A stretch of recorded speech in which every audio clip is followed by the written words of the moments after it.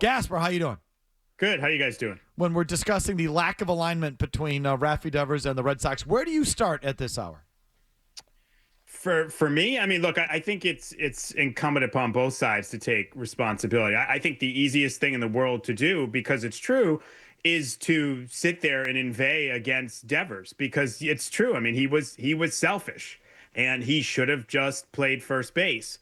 But that alone doesn't get you where we're at now, which is him off the team for a return that doesn't help the team now, and them trying to spin this thing and say, well, a big part of the return is getting rid of his contract. I mean, at the end of the day, I mean, just strip it all away. How are they a better team without their most feared and best hitter? They're not. It doesn't reach this level without two. And for me, it's deeper than Devers. It speaks to organizational dysfunction and a lack of, wait for it, alignment when it comes to the way that baseball operations and Craig Breslow is managing this thing. And if you want to look at Devers, as I do, and say, this guy's not the face of the franchise, this guy's not a leader, he's just a hitter, I think you can look at Breslow and say, well, Breslow's not a leader either in terms of baseball ops. He's just a really bright guy. He's exceptionally smart and a great analyst. You know, I think people sort of forget, like, this is his first time running a team. This is a big step up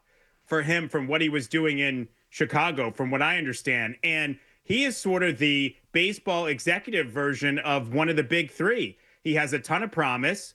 He comes highly regarded. He could be really good at this, but there's a learning curve. And I think we've seen enough information come out over the last couple of days and today with the Jeff Passan story, the story that Alex Spear, my colleague at the Globe, had about the hiring process, that tells you they have an EQ problem. You know, they have an emotional intelligence problem in baseball operations. It's not an IQ issue. They have some really smart people, and Breslow's at the top of the list. But interpersonal communications right now is a massive, massive liability for the Red Sox. So you think he's Christian Campbell? Is that what I'm saying? You know, one of the big three who was jumping way ahead of, you know, where he should be? Yep, I do. I really do. Yeah, that's the way that I sort of look at him. I mean, I don't understand how you can look at this thing again. And I've been saying this all along about Devers. He's not a leader, and he's not a winner. Again, doesn't mean he's a loser, but he's not a winner like a Pedroia or a Bregman. He's just a hitter. And I don't understand how you could look at Breslow and not feel the same thing about what he is as a baseball executive at this point. Not a leader, not a winner in terms of being able, and when I say winner, in terms of being able to galvanize people behind him to do things that will allow the organization to win. At this point, he's just a really, really bright baseball executive who's really, really into the modeling and the numbers. That's what he is right now. Could he develop into something better than that? 1,000% he could. But right now, that's what he is. And it's not just him, by the way. When you talk about organizational alignment, I mean, I think again, you read the story. I mean, it sort of starts from the top down. And the idea that when Chaim Bloom was here, that regime didn't really want to sign Rafi Devers to this contract.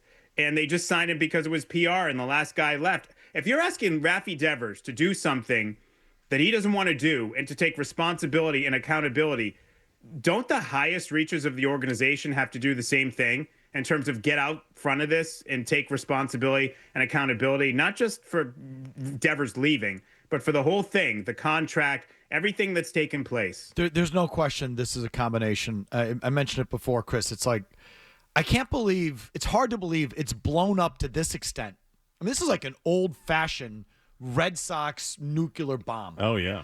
Over a position change. Going from first to third. DH. It's like, you see it all the time with contracts.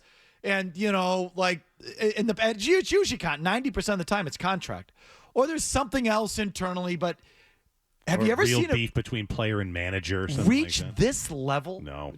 Third to first, third to DH to first. Like that is so it takes a special confluence of the player's mindset or lack thereof, the organization's deficiencies, and a manager who in the middle I thought could have been able to bridge that gap and just, you know, wasn't able to. Yeah, Chris, could the manager have salvaged this? Because, like, Alex Cora is a real person. He's a baseball guy through and through. Yeah. The head of baseball ops is a cold, emotionless robot. Devers has been a petulant baby. Like, Cora's the one real person here that could have bridged that gap, and he just didn't, which I mean, again, they gave him all that money. Isn't that what the money's for, to manage a situation like this? Yeah, it's interesting. I mean, I sort of wonder if Cora felt like he used all of his capital with Devers for the organization to get him to buy in spring training on the move to DH.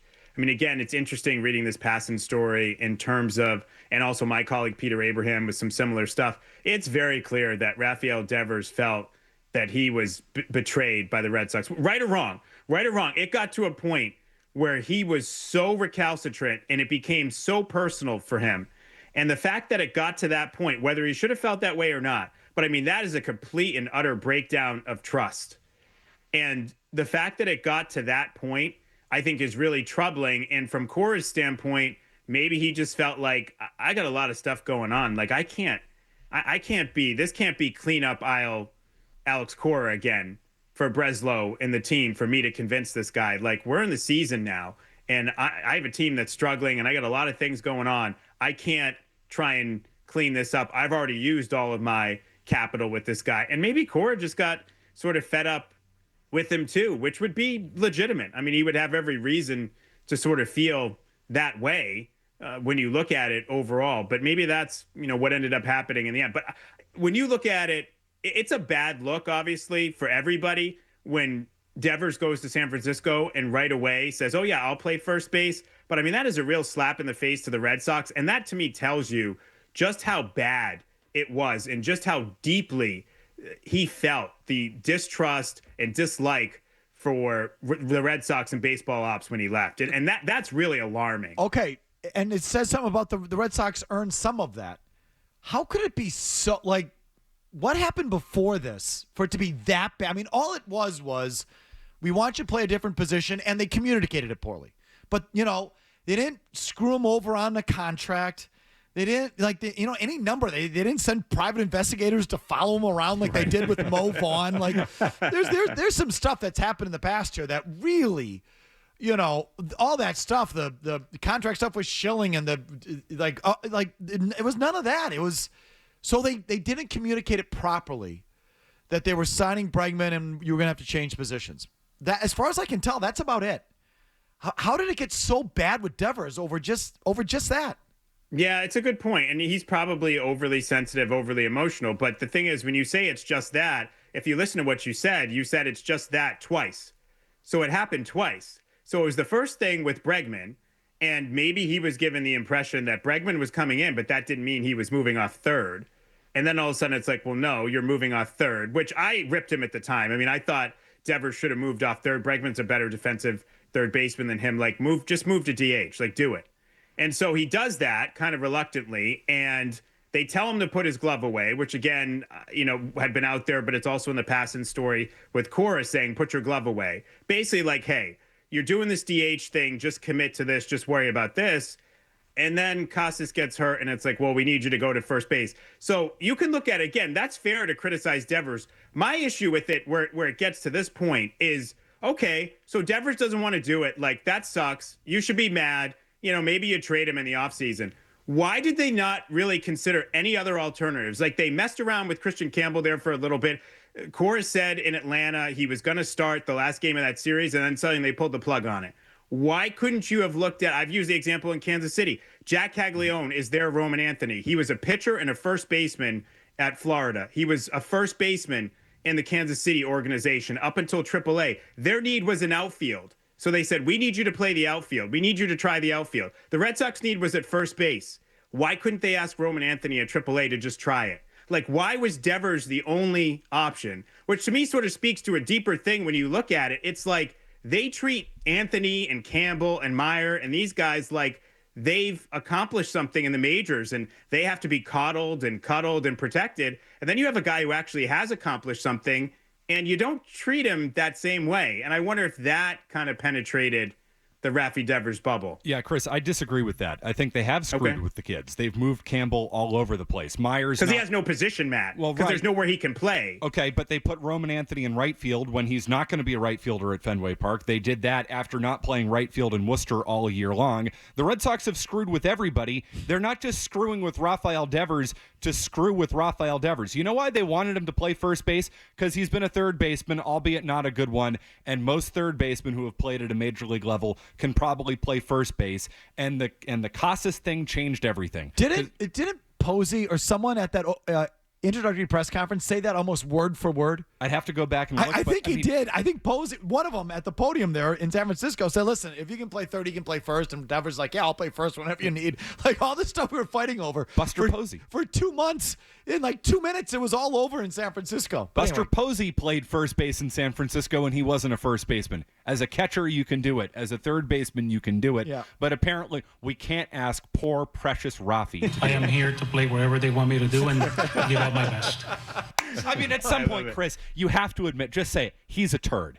Rafael Devers is a turd. He absolutely, I mean, I don't know if he is one, but he certainly behaved like one. I'll give that. But I am going to push back a little, like, come on, Matt. Asking a guy to play right field when he plays center is not the same as like asking somebody to, what they did with Jack Caglione, to go from first base to the outfield. But I'm also not asking him to play first base too. I'm not turning an outfielder into an infielder. Fair. That's fair. But he also was a pretty crappy infielder, which everybody agreed. Like, let's just get. That's the thing that kind of blows my mind. It's like, we all agreed he was terrible at third, but when it comes to switching, it's like, well, if you could play third, well, he couldn't play third. He was bad at third. So it's like, you can't have it both ways. It can't be, let's get him off it. And I was all about getting him off at third base because I don't think he's good there. But then all of a sudden, when you want him to play first, which I admit he should have done, it's like, well, if you can play third, you can play first. It's like, well, which is it? He can play third or he can't play third, because it can't be both. It can't be, let's get him off third because he's garbage, but he can obviously switch to first base in the middle of the year because he can play third. He might have been better there.